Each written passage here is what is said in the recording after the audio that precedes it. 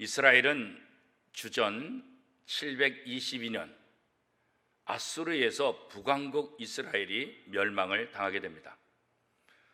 그리고 주전 586년 바벨론에 의해서 남왕국 유다마저도 멸망을 당하게 됩니다. 그래서 남왕국 유다 백성들이 바벨론에 끌려가서 70년 동안 포로 생활을 하게 됩니다. 그런데 이 강력했던 바벨론을 바사라는 나라가 정복하게 됩니다. 그래서 이스라엘도 바사의 지배하에 들어오게 되죠. 그렇지만 하나님은 바사의 고레스 왕을 통해서 이스라엘 백성들을 예루살렘으로 돌려보내는 놀라운 은혜를 베푸십니다. 그래서 예루살렘 성전을 회복하고 성곽을 회복하고 이스라엘 백성들로 하여금 이제는 다시 포로 생활이 아니라 자기 나라에서 자기의 하나님을 섬기며 예배할 수 있는 은혜를 베풀어 주었던 것입니다. 그러다가 헬라라는 강력한 나라가 나타나게 됩니다. 이 헬라가 바사를 정복합니다. 바사뿐만 아니라 주변의 여러 나라를 다 정복하면서 이스라엘도 다시 이때 헬라에 의해 지배를 받게 됩니다. 바벨론 포로에서 돌아와서 삶을 살던 이들이 다시 헬라의 지배를 받는 그런 아픔을 겪게 되는데, 이때 헬라 왕이 우리가 잘 알고 있는 알렉산더 대왕입니다. 이 알렉산더 대왕은 모든 나라를 다 정복하고도 더 정복할 나라가 없어서 눈물을 흘렸다라는 일화로 아주 유명한 왕이었습니다. 이 알렉산더 대왕이 그 많은 나라를 다스리면서 이스라엘에 대해서는 굉장히 호의적인 면을 보여주었습니다. 그 호의적인 면이 뭐냐면 이스라엘 백성들에게 자치 정당을 구성할 수 있도록 하고 또 자체적으로 정치 기구를 만들어서 자기 나라를 통치하게 했던 것입니다. 헬라의 지배를 받고 있지만 헬라 안에서 자치적으로 삶을 살아갈 수 있도록 그런 호의를 베풀어 주었던 것이죠. 알렉산더 대왕이 죽은 이후에 알렉산더가 다스리던 이 모든 땅은 4개의 조각으로 나누어서 새로운 왕조들이 다스리게 됩니다. 그때 이 수리아 지역을 다스리던 왕이 누구냐면 바로 셀루쿠스 왕조의 안티오쿠스 3세입니다. 이 안티오쿠스 3세는 수리아 지방을 다스리고 이때 수리아 지역이 바로 예루살렘과 이 팔레스타인 지역까지도 지배하게 되죠.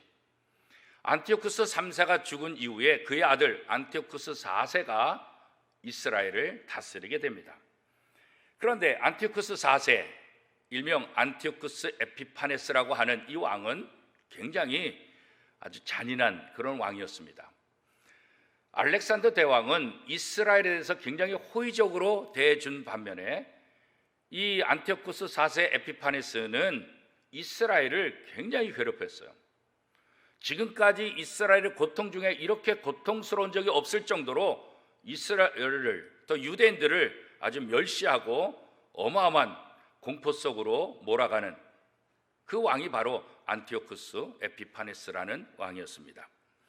이 안티오쿠스 에피파네스가 유대인들이 읽는 성경, 구약 성경, 그것도 모세 오경을 다 빼앗아서 불태워버립니다.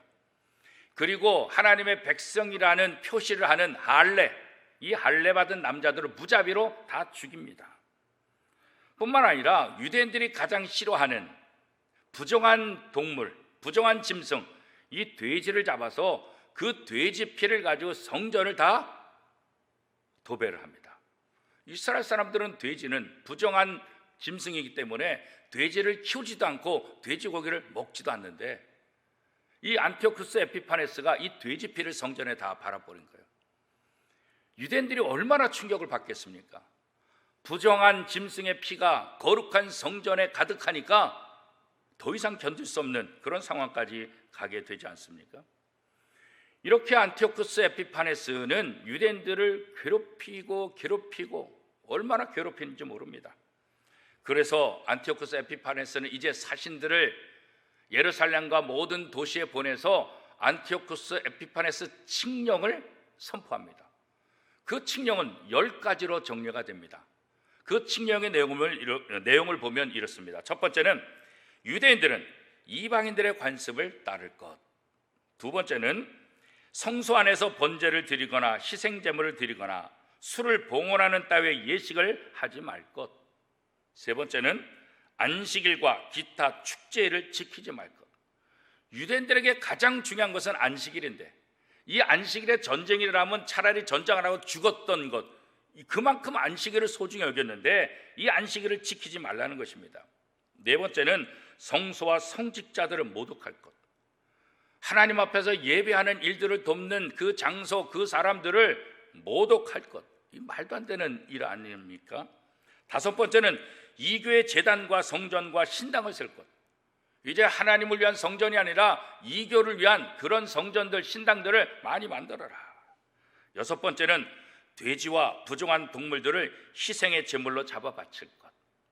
이 부정한 동물들, 짐승들은 절대로 제물이 될 수 없고 그 피를 받지 않는데 그런 부정한 짐승들의 피를 가지고 제물로 드리라, 이렇게 명령한 것입니다. 일곱 번째는 산의 아이들에게 할례를 주지 말 것. 이 할례는 유대인으로서 하나님의 백성이라는 표시와 같은데 오늘날 우리가 세례를 받는 것과 비슷한데 그거 하지 말라는 것입니다. 여덟 번째는 온갖 종류의 음란과 모독의 행위로 스스로를 더럽힐 것. 이거 말도 안 되는 거 아니겠어요? 아홉 번째는 율법을 저버리고 모든 규칙을 바꿀 것. 율법은 이스라엘 백성들의 생명이에요. 그런데 이 율법을 바꾸는 것. 그리고 열 번째는 지금까지 이야기한 이 9가지의 명령을 따르지 않는 사람들은 사형에 처한다. 이게 에피파네스가 유대인들에게 10가지의 칙령을 통해서 유대인들을 공포 분위기로 몰아들고 유대인들을 지배하고자 했던 것입니다. 오늘 본문 말씀은 주전 2세기경 바로 이 안티오쿠스 에피파네스가 유대인들을 핍박하던 그 시대에 주신 말씀이다, 이렇게 역사가는 설명하고 있습니다. 당시 세계를 지배했던 이 안티오쿠스 에피파네스가 유대인들을 무섭게 괴롭히고 두려움, 공포 분위기로 만들었던 것. 그러나 오늘 성경은 이 안티오쿠스 에피파네스가 영원히 다스릴 것이냐? 그렇지 않다. 얼마 후에 그들은 멸망당할 것이다. 하나님의 심판으로 사라질 것을 선포하고 있는 것입니다. 이 안티오쿠스 에피파네스로 인해서 유대인들은 엄청난 고통, 지금까지 경험하지 못했던 그런 심한 고통을 당하게 되는 거예요. 오늘 우리가 당하는 고통들, 우리가 생각하는 두려움들, 이것이 아무리 크다고 한들 에피파네스 하에서 유대인들이 당한 고통에 의하면 이거는 아무것도 아니에요. 오늘 본문 말씀을 통해서 하나님께서 다니엘을 통해 무슨 말씀을 하시고자 하는 것일까? 그건 다른 거 아니에요. 이렇게 아무리 큰 시련과 공포와 두려움 속에 있다 할지라도 결국은 하나님은 하나님의 백성을 구원할 것이다. 이게 다니엘을 통해서 지금 고통 중에 있는 이스라엘 백성들에게 하시는 위로의 말씀입니다. 그래서 오늘 이 말씀을 통해서 파국을 치닫고 있는 이 유대인들에게 위로해주고 또 유대인들을 괴롭게 하는 안티오쿠스 에피파네스가 결국은 심판을 받아서 사라질 것을 경고하고 있는 것입니다. 우리가 살고 있는 이 세상에서 무서운 일을 경험하는 것은 사실 끊이지 않습니다. 지금도 여러분 각자 속에 무서움이 있지 않습니까? 두려움이 있지 않습니까? 공포가 있지 않습니까? 질병에 대한 공포, 어느 날 내게 암이 선고되면 어떻게 할까? 이런 공포도 있잖아요. 어느 날 내 사업이 실패하면 어떻게 될까? 사업에 대한 실패에 대한 두려움도 있지 않아요? 내 사랑하는 가족이 나를 먼저 떠나면 어떻게 될까? 가족의 죽음에 대한 그런 두려움과 불안도 우리 속에 있지 않습니까? 그것뿐이겠습니까? 매년마다 다가오는 태풍들, 이 태풍이 지나가는 그 자리마다 쑥대밭이 되는 모습들. 특별히 우리나라는 그래도 허리케인이 없지만 미국에 보면 이 허리케인이 지나가는데 허리케인이 지나고 나면 그 동네 한 집이 아니에요. 동네 자체가 완전히 다 사라지는 거예요. 이런 두려움 속 우리가 지금 추석을 앞두고 있지만 이 추석을 앞둔 상황 속에서도 태풍은 여지없이 올라온다고요. 우리를 괴롭게 하고 우리를 힘들게 하는 그런 모습들. 지금 우리가 추석일을 기다리고 있다고, 우리가 코로나19 때문에 지금 힘들다고, 그렇다고 해서 태풍이 봐주지 않아요. 자연재해가 그래서 우리를 돌봐주지 않아요. 자연재해는 그런 모든 우리의 상황하고 상관없이 우리에게 두려움을 주고 고통을 주게 된다는 거죠. 개인적인 면에도 똑같은 거예요. 다니엘 12장 1절 말씀입니다. 그때 내 민족을 호위하는 큰 군주 미가엘이 일어날 것이요 또 환란이 있으리니 이는 개국 이래로 그때까지 없던 환란일 것이라. 그때 내 백성 중에 책에 기록된 모든 자가 구원을 받을 것이라. 여러 가지 환란이 있지만 결론은 뭐예요? 하나님의 책에 기록된 사람들은 그 심판을 면하게 될 것이고 구원을 받게 될 것이다. 오늘 이 예언은 말세의 모습을 우리에게 이야기해 주고 있는 것입니다.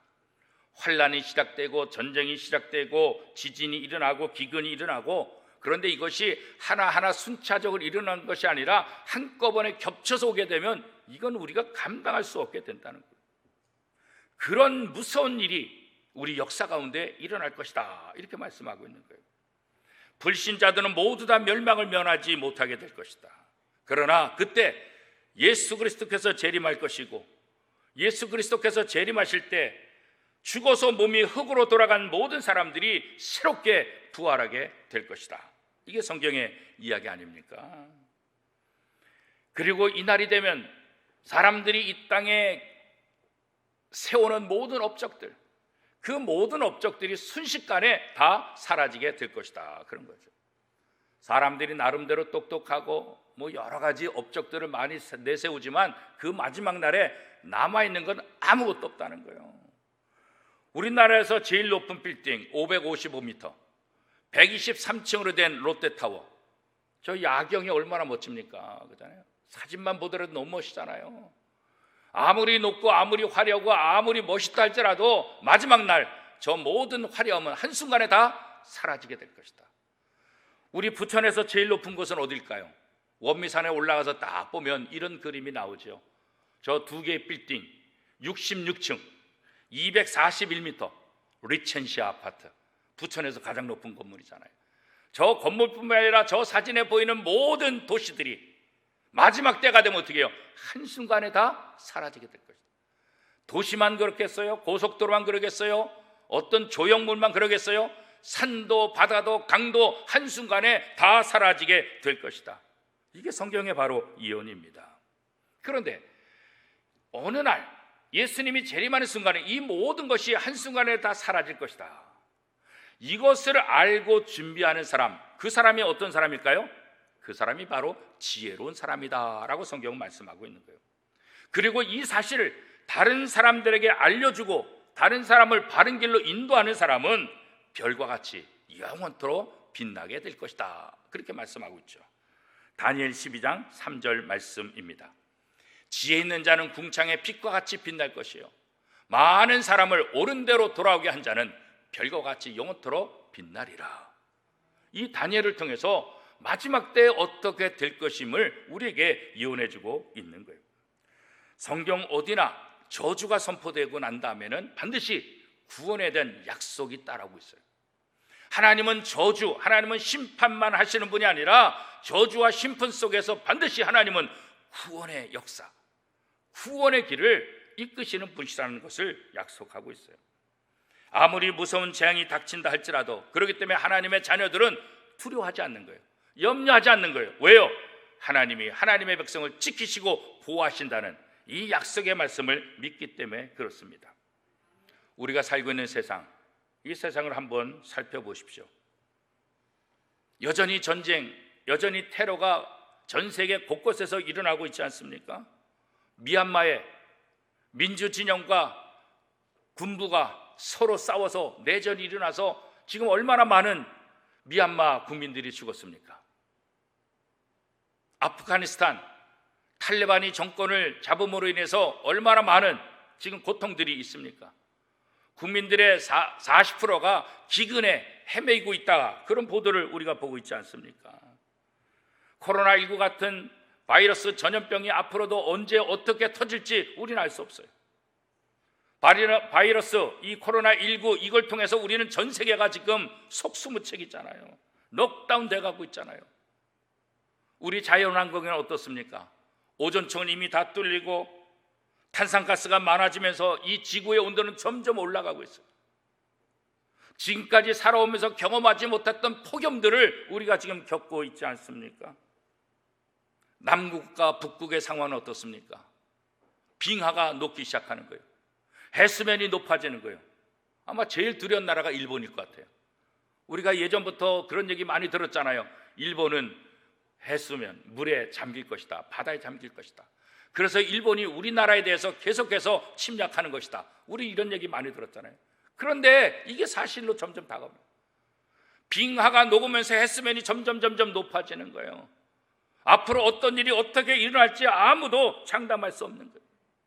어렸을 때 보았던 물빛들, 어렸을 때 보았던 하늘빛들도 점점 달라지기 시작하는 거예요. 이런 모든 것들을 통해서 세상 사람들은 공포를 느끼는 거예요. 두려움을 느끼게 되는 거예요. 앞으로 우리의 미래가 어떻게 될지 캄캄한 거예요. 아무것도 보이지 않아요. 그런데 이 재앙 속에서 누가 구원받을 수 있겠어요? 누가 이 재앙에서 벗어날 수 있겠어요? 성경은 분명하게 대답합니다.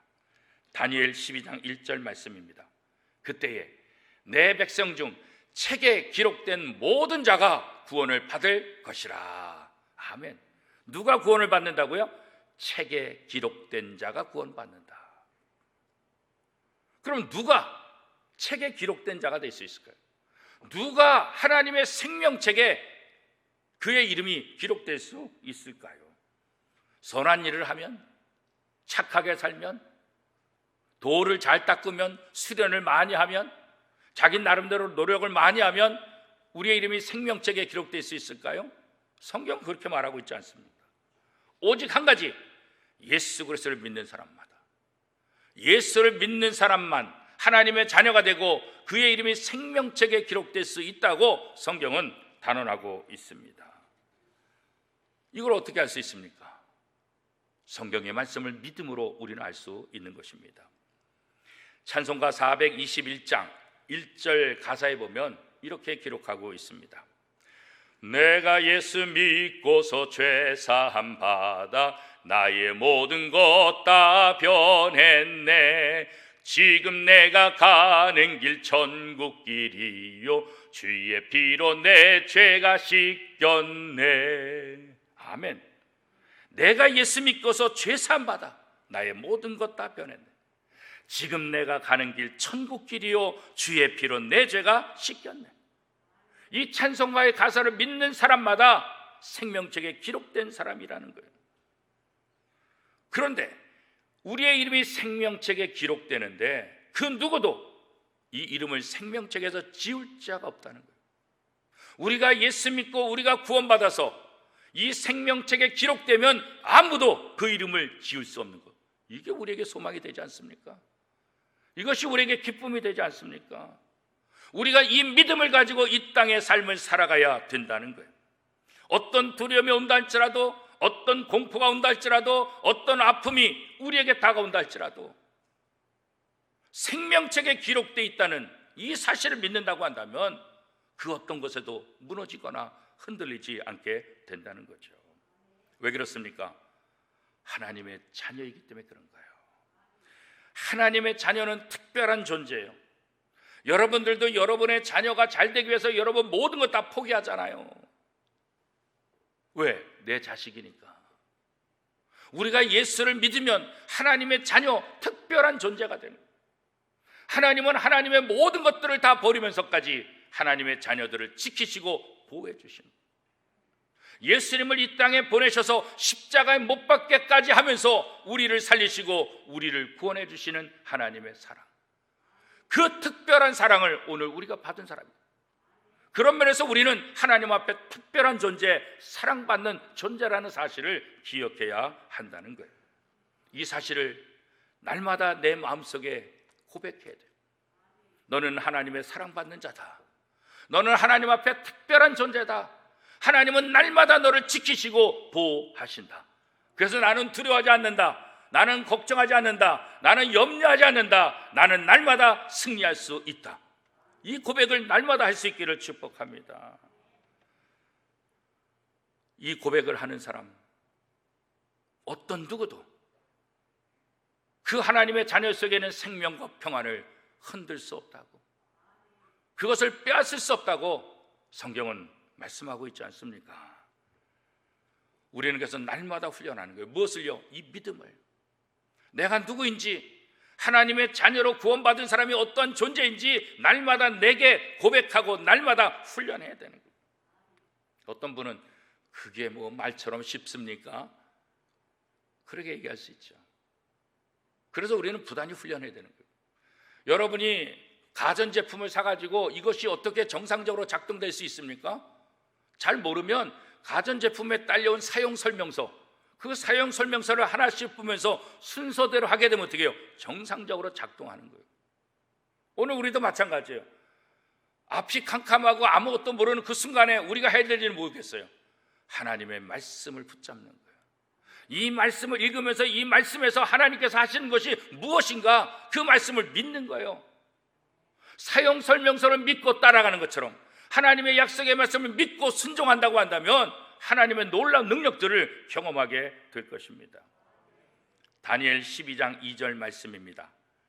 땅의 티끌 가운데서 자는 자 중에서 많은 사람이 깨어나 영생을 받는 자도 있겠고, 수치를 당하여서 영원히 부끄러움을 당한 자도 있을 것이며. 우리가 마지막 때 그 공포, 그 두려움, 대환란, 이것보다 더 무서운 것이 있다는 거예요. 그게 뭐예요?